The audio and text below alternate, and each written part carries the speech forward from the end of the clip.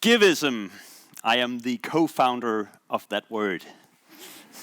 A word meaning that instead of exchanging, you could give something to other people without wanting anything in return. My story begins when I was a small child. At that time, I really loved fairy tales. I was so excited whenever this villain really had created some big trouble around this fellow citizen, and then suddenly, unexpected, came the hero and destroyed the villain, and then the citizen lived happily ever after.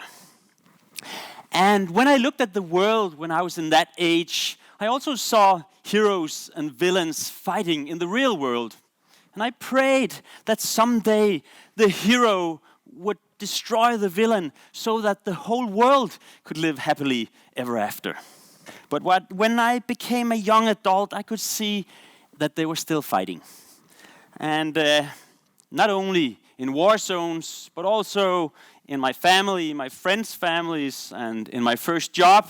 So I sat down and decided that I wanted to create a formula that could tell why is it that we spend so much energy on fighting and struggling instead of collaborating? And how can I, as an ordinary person, help the world become a better place in that direction?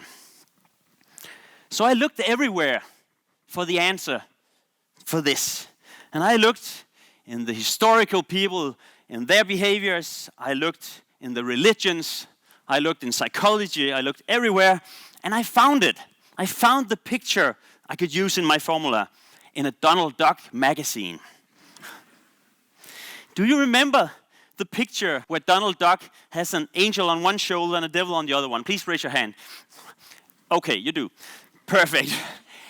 That picture became the main part of my formula, but in a more advanced version. And here it goes. And as I should ask you to focus on when you look at that picture is that the villain and the hero is not two different persons.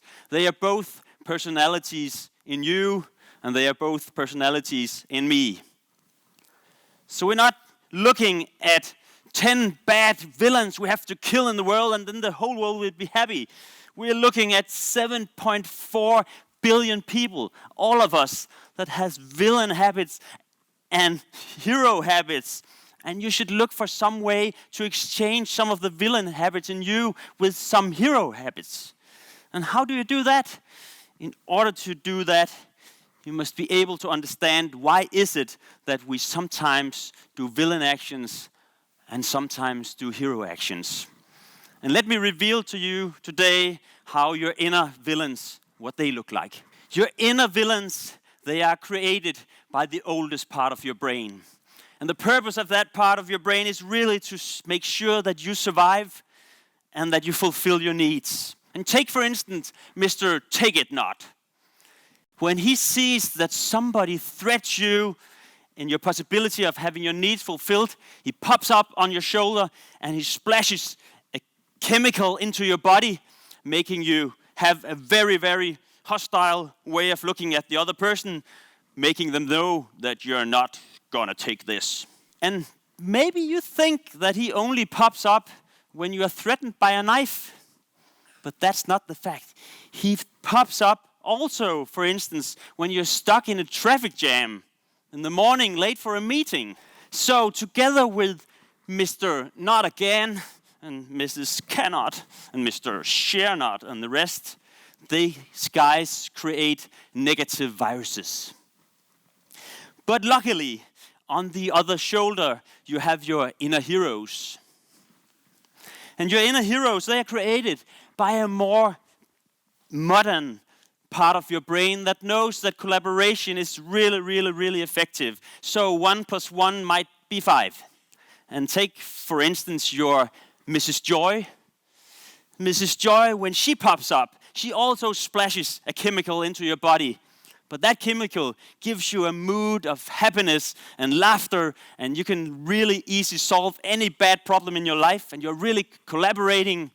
So when she comes up together with Mr. Dream, Mrs. Care, Mr. Idea, and the rest, you can create really positive viruses. And when I had that picture in my mind, I got this eureka moment. Because from that time I knew that nobody were doing villain actions in order to be evil. Everybody who did villain action was in order to fulfill your own needs, but with the lack of ability of fulfilling other people's needs.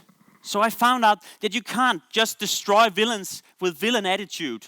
You need to summon your heroes to make them come and sometimes unexpected do something great that really, really make these villains think, okay, there's no reason for attacking or defending here. I could retire for a minute and let the heroes act here. And that was when the Giveism word was invented. Together with a childhood friend called Jesper Grønkjær, he was a magician and he still is, him and I, we decided to make a Giveism experiment to try this in real life. And we decided to travel to far places in the world to spread positive vibes, to spread Giveism and to goodness. And it was quite naive, actually, because we packed a suitcase, and in that suitcase, we packed all the Giveism things we could find. It was small, colorful toys, like soap bubbles and stuff, and it was magic tricks, and it was musical instruments, and of course, some genuine Danish rugbrød with salami and roasted onions and remoulade.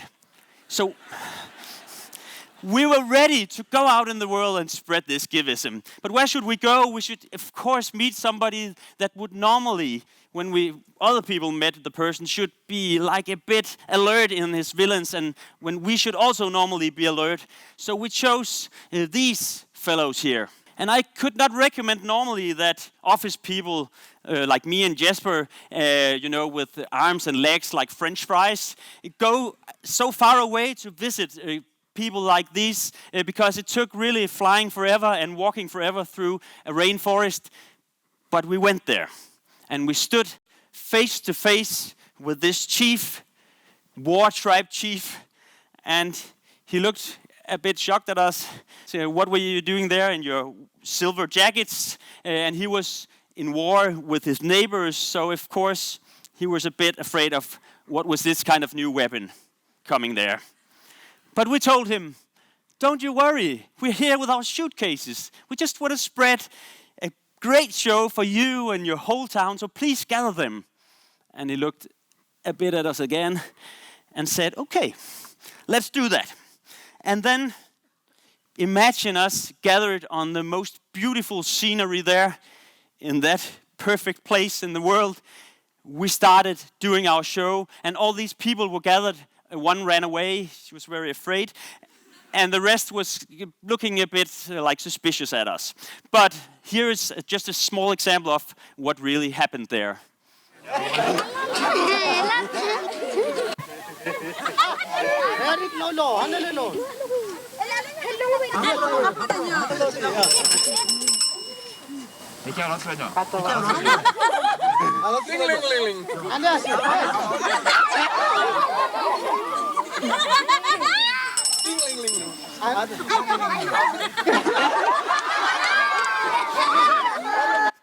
After that show, everything had changed.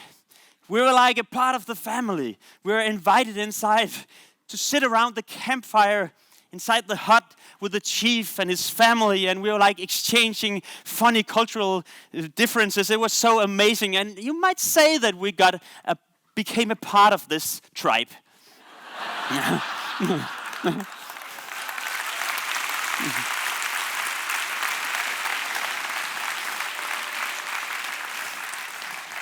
So,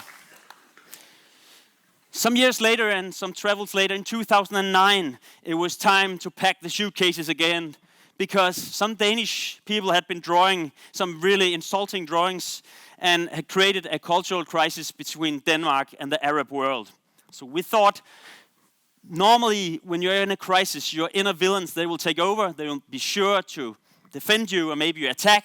And really nobody wants to be the first who starts doing the hero action, like saying, should we be friends again? So we thought we could do that. And we traveled to the United Arab Emirates. And I'll tell you just one small story to exemplify what happened down there. In a border hotel between Oman and the Arab Emirates, we were staying at that place, and in a restaurant that night, there was a table beside us that had 15 very influential people sitting there wearing dress like we are wearing there. And they asked us, could you please come and make a bit of music and magic, because they've heard about what we were doing with the magic and the music. And we said yes. And we went to that table, and they asked, so which country are you from? And we said, we're from Denmark. And I must say that even though I could have expected what happened, some of them got actually really hostile in their attitude. And we did the show, and 20 minutes later, everything had changed. They were so really happy about us that they came, each and every of these 15 people, with a business card, each of them saying, here, would you like to be my personal guest and stay in my private home? 15 invitations.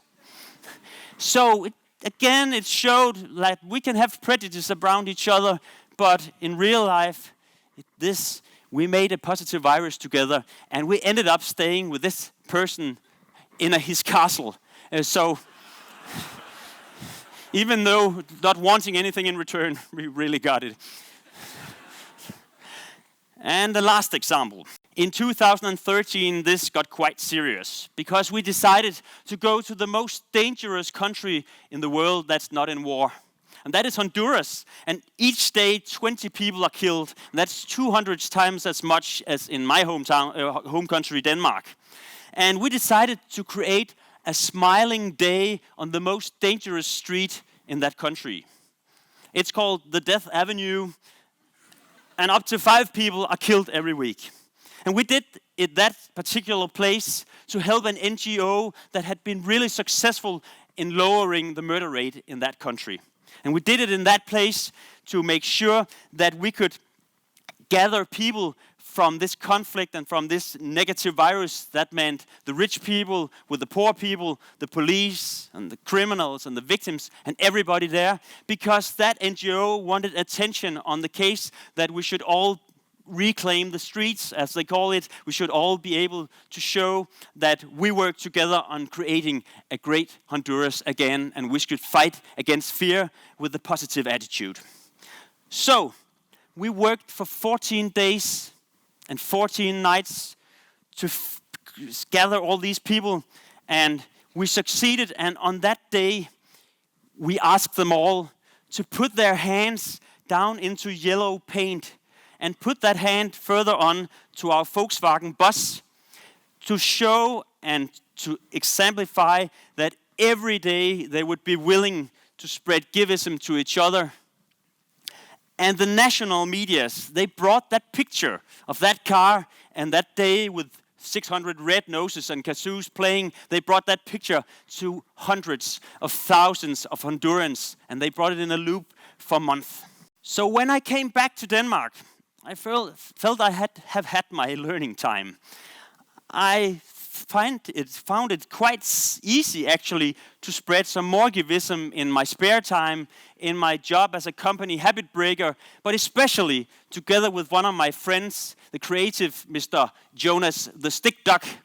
And Jonas and we decided to continue the Giveism experiment back home in our own hometown, to see if Aarhus, our town, could create many and much of Giveism everywhere. And I will just give you a few examples of what we did to suggest what you could also do in your life. Number 1, you could take, if you have a car, you could pimp it. You could, for instance, put Baroque wallpaper on it. You could also refurnish it like a knight's hall inside with a chandelier and a Baroque interior and stuff. And every time you drive through the town, even the saddest person will look up for a second and smile and wave at you. If you don't have a car, you could pimp your bike. And if you don't have a bike, you could pimp yourself. And secondly, if you have an office, you could buy an old closet and you could put it in front of a door opening. You can remove the back panel and then you have a Narnia closet. So every time people walk through, you're sure they get a positive, nostalgic feeling of fairy tale, and they will walk directly into the fairy tale land. And you should, of course, think, what should I do in that area? And I could suggest that you take all the furniture and turn them upside down so that they immediately are put in a creative mood where the autopilot is out of the way. And the next one.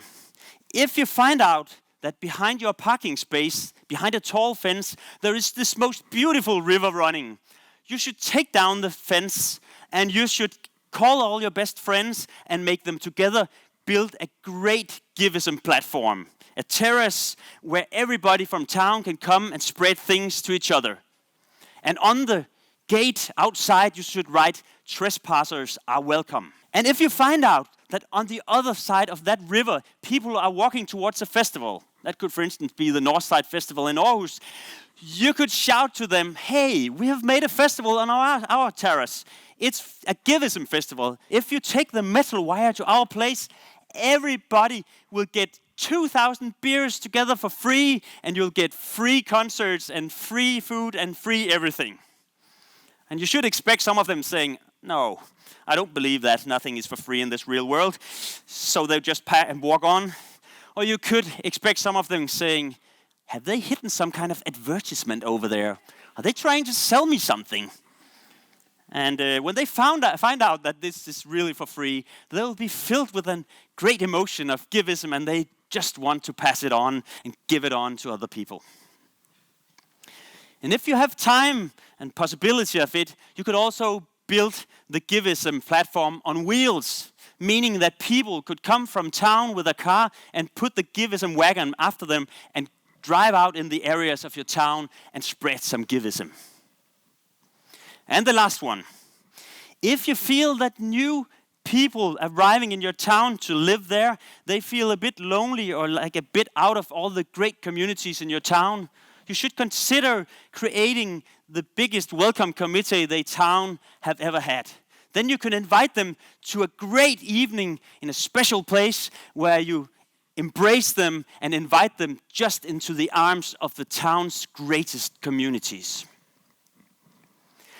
With this picture today, I have been showing you that my idea is that every day you have villain actions going on from you, and every day you have hero actions going on.